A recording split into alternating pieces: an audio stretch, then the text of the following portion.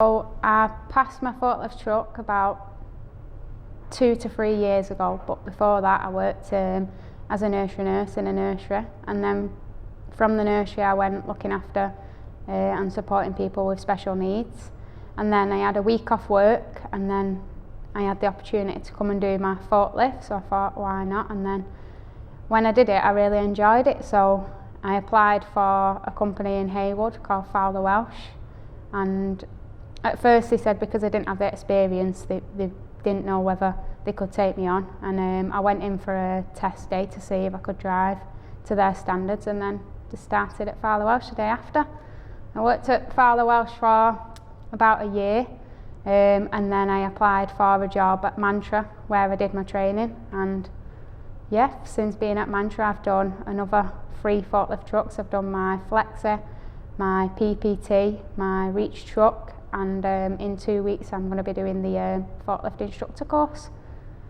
To be honest, I didn't want to do the weekends and I wanted a change. I prefer more hands-on work,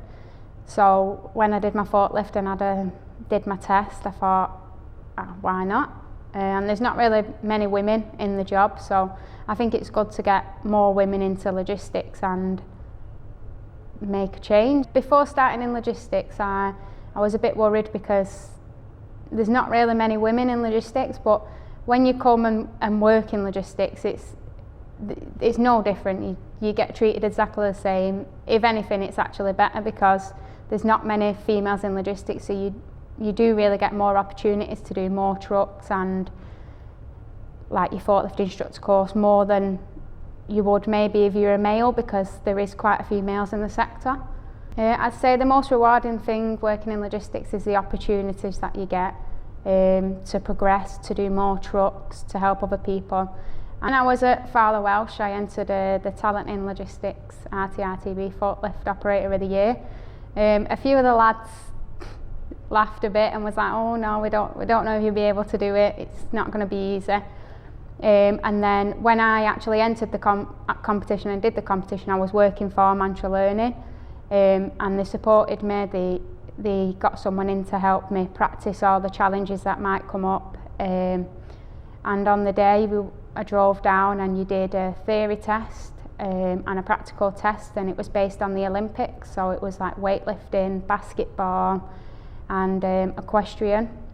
for all the different forklift challenges, and I come second, just 2 points off first. I think some women find it intimidating by going into a male-dominated role, but it's really not intimidating. If anything, the lads help the women more. Quite equal in my eyes, everyone gets treated the same, and I would say it benefits women more than it does men because they get a bit of favouritism from the lads. I think there needs to be more women working in logistics to show the men that women can do a stereotypical man's job, because